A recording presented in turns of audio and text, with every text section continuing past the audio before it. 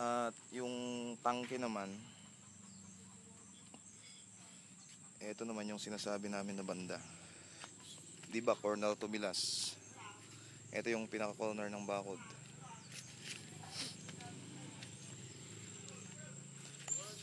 Ito naman yung papunta dun sa direksyon na direksyon. Dito sa bandang to. Sa labas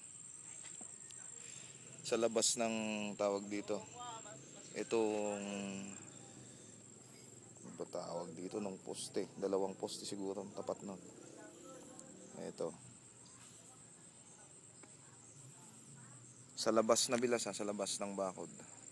Maganda dito kasi nga mataas na. Kahit hindi na natin taasan masyado. Kasi halos pantay na dito sa may konto sa may fascia board. Mula dun sa pinaka lupa hanggang dito sa kinatatayuan ko, mga kwanto siguro mga 8 feet na to. Ayos.